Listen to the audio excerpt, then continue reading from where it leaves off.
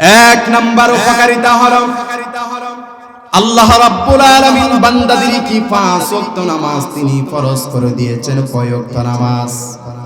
এই 5 ওয়াক্ত নামাজ একদিন আদায় করলে হবে না। ওয়া আমুর আহলাকা বিস-সালাতি ওয়াসতাবির আলাইহা লা নাসআলুকা রিজকান নাহনু নারযুকুক ওয়াল আকিবাতু লিত-তাকওয়া। আল্লাহ অন্য জায়গায় বলছেন ওয়া আওসানি বিস-সালাতি ওয়াজ-যাকাতি মা দুমতু হাইয়া। আল্লাহ বলছেন যতদিন পর্যন্ত মৃত্যু হয় নাই ততদিন পর্যন্ত নামাজ আদায় করতে হবে এবং যাকাত দিতেই হবে। সুবহানাল্লাহ। আল্লাহ রাব্বুল আলামিন বান্দাদের জন্য 5 ওয়াক্ত নামাজকে ফরজ করে দিয়েছেন। এই 5 ওয়াক্ত নামাজ যারা হেফাজত করবে ওয়াল্লাযীনা হুম আলা সালাওয়াতিহিম ইউহাফিজুন, যারা এই নামাজটাকে হেফাজত করতে পারবে আল্লাহ রাব্বুল আলামিনের প্রতিশ্রুতি হলো আল্লাহ রাব্বুল আলামিন তাদেরকে জান্নাত দিয়ে দিবে। যেরকম সুবহানাল্লাহ। এই জন্য রাসূলুল্লাহ সাল্লাল্লাহু আলাইহি ওয়াসাল্লাম বলছেন আল্লাহ রাব্বুল আলামিন বান্দাদেরকে 5 ওয়াক্ত নামাজ ফরজ করে দিয়েছেন। যদি তারা সুন্দর করে নামাজটাকে যদি আদায় করতে পারে, ইখলাসের সাথে যদি নামাজটা আদায় করতে পারে, আল্লাহ রাব্বুল আলামিন তাদেরকে জান্নাত দিয়ে দিবেন। যেরকম সুবহানাল্লাহ। তবে নামাজটা সুন্দর করে আদায় করতে হবে, ইখলাসের সাথে আদায় করতে হবে, তাহলে আল্লাহর জান্নাতে ঢুকতে পারবেন। যেমনি ভাবে সাহাবীরা নামাজ আদায় করেছেন, সাহাবীরা নামাজ আদায় করেছেন আমার নবী যেভাবে আদায় করেছেন, আর সাহাবীরা যেভাবে নামাজ আদায় করেছেন আমাদেরকেও সেইভাবে নামাজ আদায় করতেই হবে। ঠিক কিনা বলেন?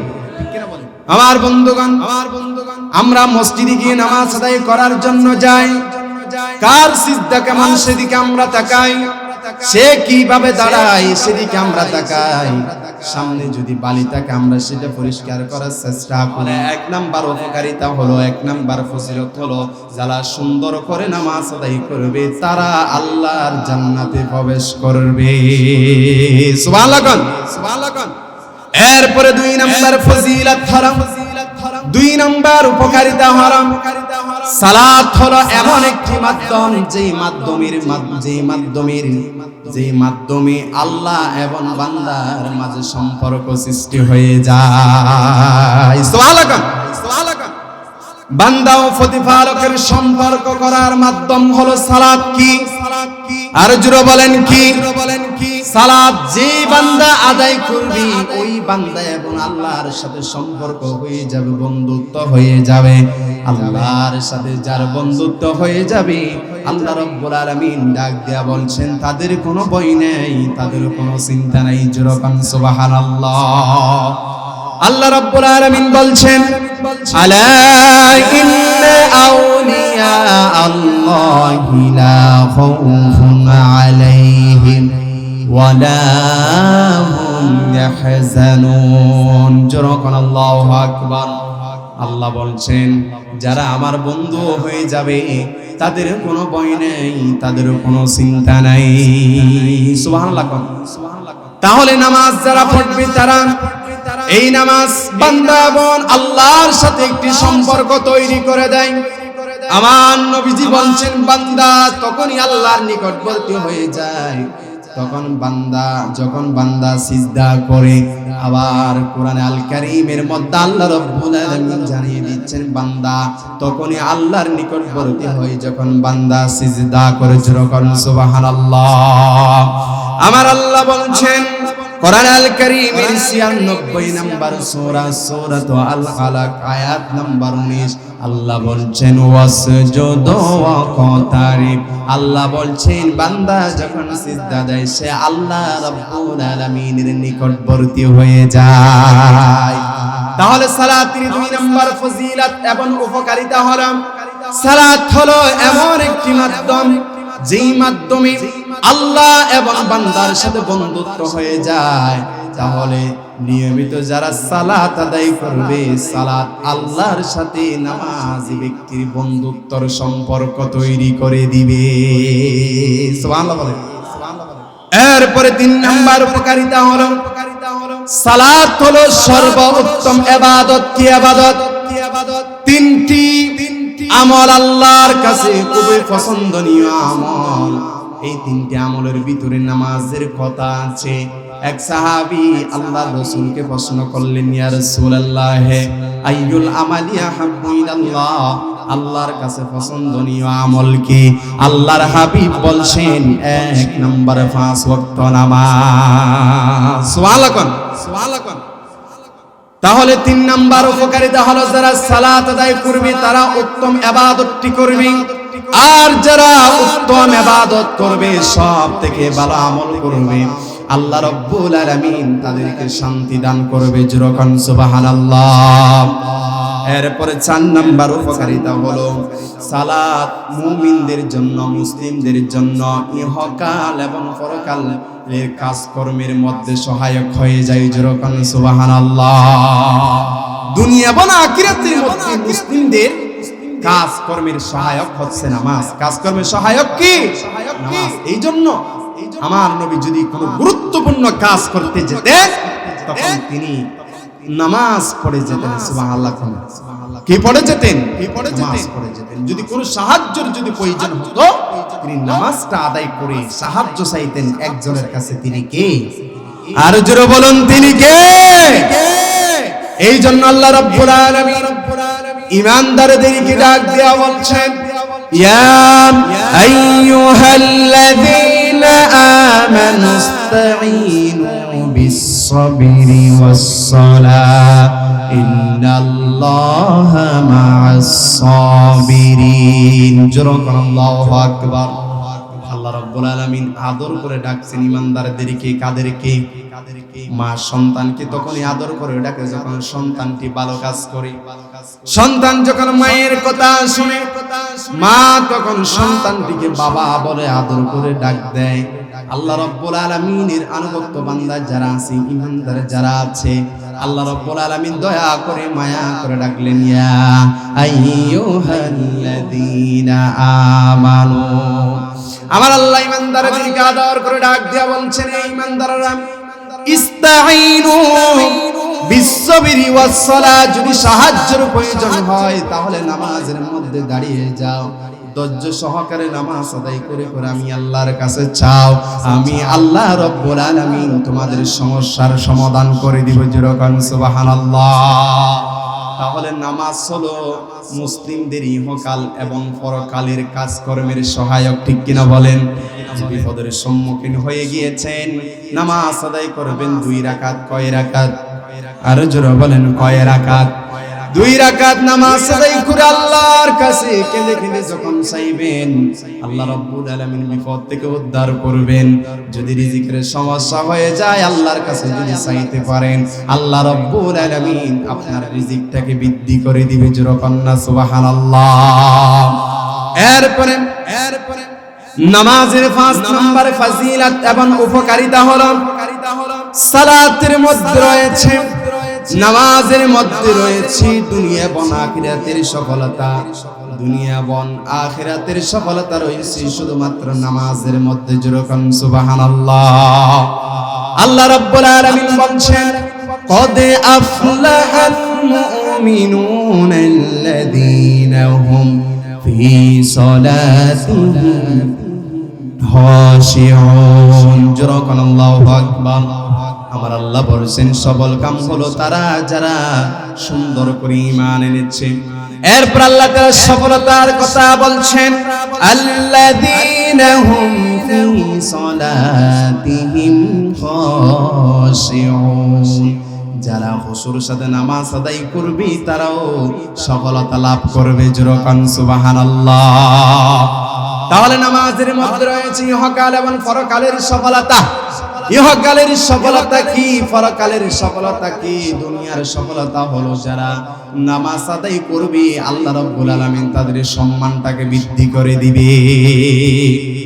আর যারা সালাত আদায় করবে পরকালের সফলতা বলছি আল্লাহ রাব্বুল আলামিন তাদেরকে জান্নাতের ওয়ারিসদার বানাবেন। কিসের ওয়ারিসদার? আরো জোরে বলেন কিসের ওয়ারিসদার?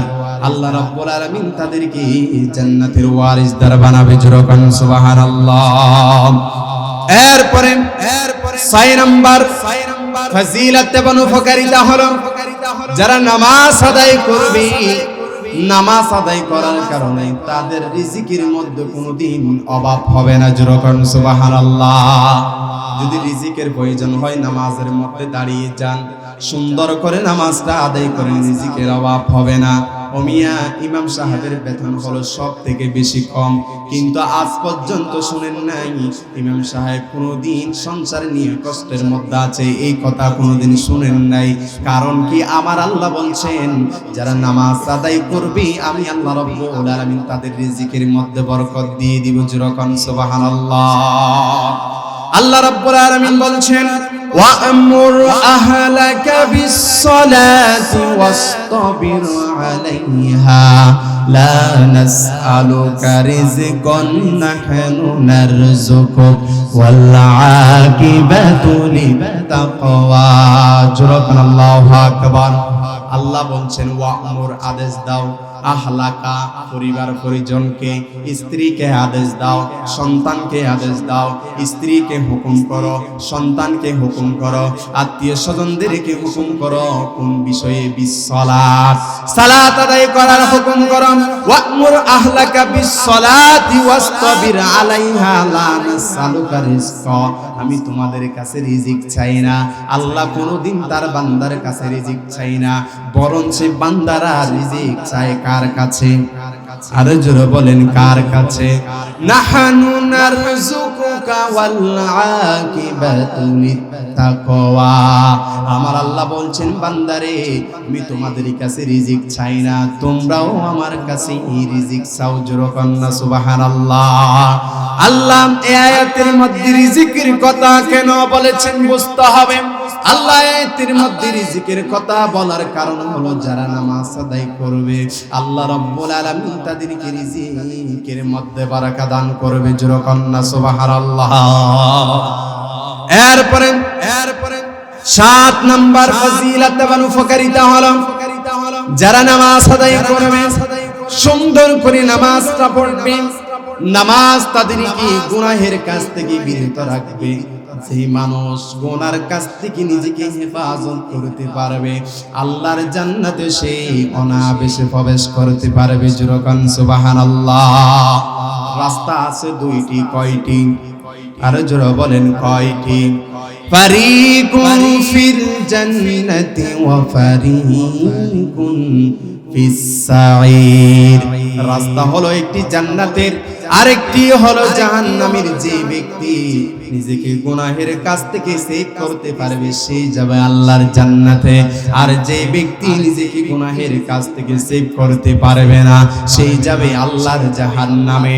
এই জন্য গুনাহের কাছ থেকে যদি নিজেকে সেভ করতে চান, ও মিয়া কোনো মেডিসিন ব্যবহার করলে কাজ হবে না, একটাই মেডিসিন কাজ হবে, সেই মেডিসিনটির নাম হলো নামাজ। কি? আর জোরে বলেন কি?